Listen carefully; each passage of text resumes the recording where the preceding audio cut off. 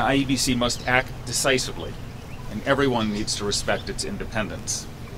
Leaders on both sides must be reasonable in their demands on the IEBC and in their actions leading up to and following the new election. It would be impossible to remake the IEBC in a way that satisfies all political demands, and everyone should refrain from undermining it.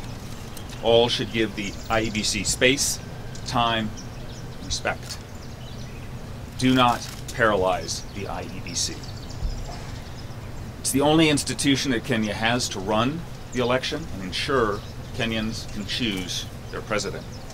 This is an opportunity for both sides to demonstrate leadership, strengthen Kenya's democracy, and build the country's international prestige. I always do it. Thanks. I don't mind, really.